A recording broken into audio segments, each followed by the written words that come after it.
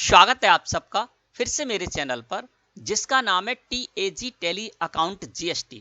दोस्तों आज की वीडियो में हम सीखेंगे कि यदि आप GST में रेगुलर रजिस्टर्ड ट्रेडर्स हैं और आप जब GST के अंतर्गत गवर्नमेंट को टैक्स पे करने जाते हैं तो क्या ये टैक्स आपको अपनी जेब से पे करना होता है?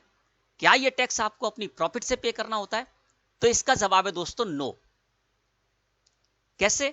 एक एग्जांपल से समझेंगे और आज की वीडियो में यह भी समझेंगे कि जब ये टैक्स GST के अंतर्गत आपको अपनी जेब से पे नहीं करना होता है, अपनी प्रॉफिट में से पे नहीं करना होता है, तो किस तरह से पे करना होता है और फिर पे करते समय यह आपको अखरता क्यों है, प्रॉब्लम क्यों देता है, यह भी विद एग्जांपल समझेंगे। एग्जांपल मैं ले रहा हूं यहां पर एक ऐसे ट्रेडर्स का जो कि GST में रेगुलर रजिस्टर्ड है और जिनका लैपटॉप का व्यापार है। इसी तरह से आप किसी भी व्यापार के लिए इसको समझ सकते हैं। मैं यहां पर जो एग्जांपल ले रहा हूं उसके लिए आपको ओवरऑल इसी तरह से समझ जाना है। अब मान के चलता है कि आपका जो व्यापार है वो लैपटॉप का व्यापार है, आप लैपटॉप परचेज करते हैं और सेल करते हैं। आपने लैपटॉप परचेज किया, एक लैपटॉप परचेज किया तो आपके सप्लायर ने आपको परचेज का इनवॉइस दिया। अब क्या एक लैपटॉप जो आपने परचेज किया उसकी रेट है 50,000 रुपए, है ना? तो 50,000 रुपए आपको इस जगह पर दिखाई दे रहा है। जो इनवॉइस आपका सप्लायर देगा वो आपको इस तरह से देगा, है ना? तो एक लैपटॉप यहाँ पर 50,000 रुपए उसकी रेट है, वो इस जगह पर दिखाई दे रही है। अब जो लैपटॉप हमने परचेज किया है, आपने जो भी लैपटॉप परचेज करने जा रहे हैं तो उस लैपटॉप पर GST टैक्स रेट है 18%। तो आपके सप्लायर ने इस 50,000 रुपए पर 18% IGST 9,000 रुपए पर कैलकुलेट करा दिया। क्योंकि आपका जो सप्लायर था आपकी स्टेट से बाहर का था तो उसने यहाँ पर IGST 18% इस पर 9,000 रुपए कैलकुलेट कर दिया 50,000 रुपए पर।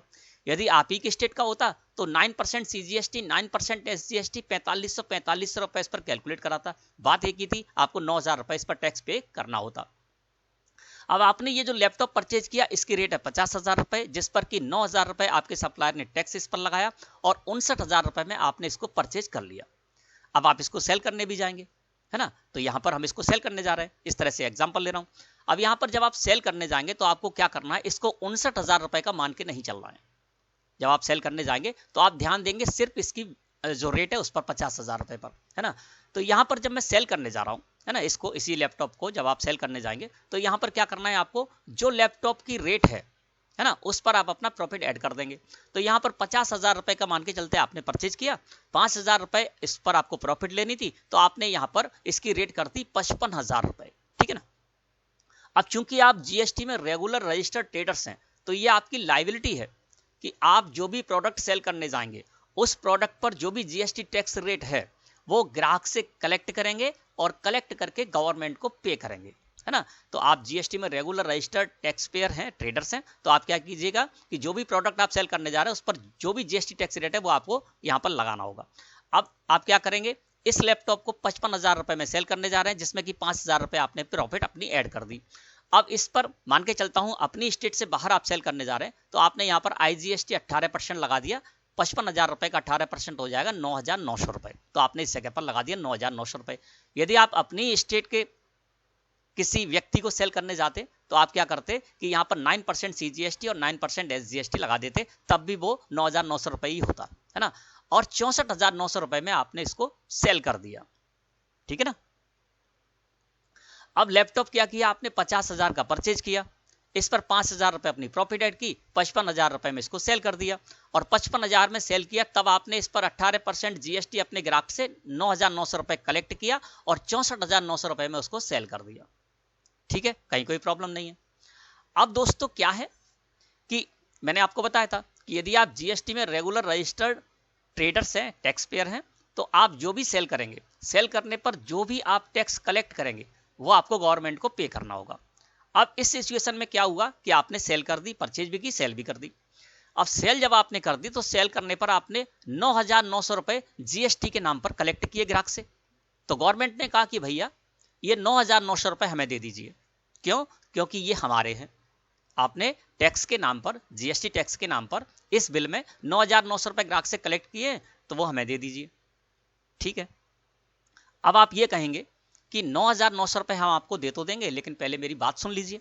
बात क्या है कि भैया 50,000 रुपए का हमने लैपटॉप परचेज किया था, 55,000 रुपए में हमने बेच दिया, 5,000 रुपए हमने अपनी प्रॉफिट ले ली, है ना? अब आप ये कह रहे हो कि 9,900 रुपए हमें दे दो, जबकि हम 9,000 रुपए जो टैक्स पे करके आए थे वो तो हमें मिला ही नहीं, है ना, क्योंकि 55,000 का जो हम सेल करने जा रहे हैं लैपटॉप, उसमें से 5,000 प्रॉफिट है, 50,000 का हम परचेज करके आए थे, तो 5,000 प्रॉफिट तो हमें मिल गई, लेकिन ये 9,000 रुपए हमें नहीं मिले हैं। जबकि आप कह रहे हो कि ग्राहक से जो 9,900 रुपए कलेक्ट किए ना वो आप हमें दे दीजिए, तो गवर्नमेंट ने कहा ठीक है, ये 9,000 रुपए आपको नहीं मिले हैं जो आप परचेज करने पर देकर आए थे, तो आप एक काम कीजिए कि आपने जो ग्राहक से टैक्स कलेक्ट किया है 9,900 रुपए, इसमें से आप 9,000 रुपए अपने पास रख लीजिए जो आप टैक्स पे करके आए थे, तो ठीक है, 9,000 रुपए आपने अपने निकाल लिए, कहीं कोई दिक्कत नहीं है। अब यहां पर क्या हुआ दोस्तों कि 9,900 रुपए आपने टैक्स कलेक्ट किया जीएसटी के नाम पर, 9,000 रुपए आप देकर आए थे, तो वो 9,000 रुपए आपने निकाल लिए, अब कितने बचे 900 रुपए। तो गवर्नमेंट ने कहा कि भैया अब ये 900 रुपए तो हमें दे दीजिए।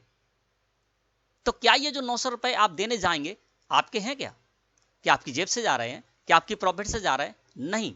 क्यों? क्योंकि प्रॉफिट तो आपने 5,000 रुपए अपनी सेव कर ली, 5,000 रुपए आपको अपनी प्रॉफिट मिल गई। इसके अलावा 9,000 रुपए जो आप टैक्स पे करके आए थे वो भी आपने ले लिया। कैसे ले लिया कि ग्राहक से जो 9,900 रुपए जीएसटी के नाम पर कलेक्ट किए थे उसमें से 9,000 रुपए आपने अपने पास रख लिए। अब ये जो 900 रुपए है ये दोस्तों आपकी लायबिलिटी है, पेबल टैक्स है, और ये आपको गवर्नमेंट को पे करना होगा। कैसे? तो देखिए यहां पर दोस्तों liability minus ITC equal to tax payable आपका इस तरह से निकलता है। अब लायबिलिटी कितनी थी? सेल की, सेल करने पर हमने ग्राहक से जो टैक्स कलेक्ट किया वो हमारी लायबिलिटी है, तो लायबिलिटी हमारी हुई 9,900 रुपए। अब जो हम परचेज पर टैक्स पे करके आते हैं वो होती है दोस्तों हमारी इनपुट टैक्स क्रेडिट, यानी आईटीसी बोलते हैं शॉर्ट में इसको, है ना। अब आईटीसी कितनी है हमारी? 9,000 रुपए, है ना। तो लायबिलिटी 9,900 रुपए में से हमने आईटीसी इनपुट टैक्स क्रेडिट 9,000 रुपए यहां पर माइनस कर दिया, और फिर टैक्स पेबल निकल कर आ गया 900 रुपए। अब ये जो 900 रुपए टैक्स पेबल निकल कर आया है दोस्तों, क्या ये हमारी जेब से जा रहा है? नहीं जा रहा। क्या हमारी प्रॉफिट से जा रहा है? नहीं जा रहा, क्योंकि प्रॉफिट तो 5,000 रुपए जो हमें लेनी थी वो मैंने ले ली, और जो हम टैक्स पे करके आए थे वो भी हमने ले लिया। अब ये जो 900 रुपए बचे दोस्तों ये आपको पे करने होंगे, और ये जो आप पे करने जा रहे हैं आपकी जेब से नहीं जा रहे हैं, आपकी प्रॉफिट से नहीं जा रहे, प्रॉफिट आपने पूरी तरह से अपनी सेव कर ली। इसके अलावा जो टैक्स पे करके आए थे परचेज करने पर वो भी आपने ले लिया। अब जो बच गया वो 900 रुपए दोस्तों टैक्स पेबल है, और ये आपको टैक्स पे करना है, और ये आपकी जेब से नहीं जा रहा है ना आपकी प्रॉफिट से जा रहा है। अब जानते हैं दोस्तों कि जब आपकी जेब से नहीं जा रहा, आपकी प्रॉफिट से नहीं जा रहा, और मैंने ये सिद्ध कर दिया, है ना, तो फिर आपको ये अखरता क्यों है पे करने में?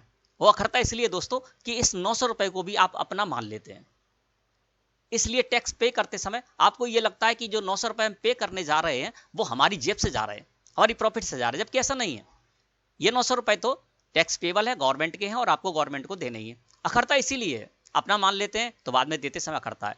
दूसरा तरीका ये भी है, इसलिए भी आपको अखरता है कि होता यह है दोस्तों कि जब आप परचेज करते हैं, जैसे कि मान लीजिए अप्रैल महीने में आपने परचेज की 10 लाख रुपए की और सेल की 5 लाख रुपए की, तो क्या होगा 10 लाख रुपए पर जो आप टैक्स पे करके आए तो इनपुट टैक्स क्रेडिट आपकी ज्यादा होगी, और 5 लाख की सेल करिए तो लायबिलिटी कम होगी। तो उस पीरियड में जब आप अपनी जीएसटी और 3B रिटर्न फाइल करने जा रहे हैं तो आपको टैक्स पे नहीं करना होगा।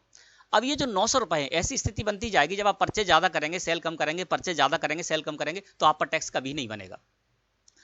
इसलिए क्या होता है कि ये जो 900 रुपए मान के चलते अप्रैल महीने में आपकी लायबिलिटी बन रही है, टैक्स पेबल बन रहा है 900 रुपए, हो सकता है ये आपको 3 साल बाद पे करना पड़े, हो सकता है 4 साल बाद पे करना पड़े, हो सकता है 5 साल बाद पे करना पड़े। अब आज तो आपने इसको लेकर और खर्च कर लिया, अब 5 साल बाद जब आपको देना तो पड़ेगा, आज नहीं तो कल देना पड़ेगा। 900 रुपए जो आपके टैक्स पेबल निकल रहे हैं वो तो आपको देने पड़ेंगे, तो फिर आपको देने में अखरेंगे। तो इसका तरीका ये भी है दोस्तों कि जैसे ही आपने ये 900 रुपए टैक्स पेबल निकाला, यानी आपने अपनी प्रॉफिट ले ली, प्रॉफिट के बाद जो आप टैक्स पे करके आए थे वो आपने ले लिया, उसके बाद जो टैक्स का अमाउंट बच रहा है, जो 900 रुपए यहां पर टैक्स पेबल बच रहा है, इसको यदि आप निकाल कर अलग रख दें तो टैक्स पे करने में आपको कभी नहीं अखरेगा।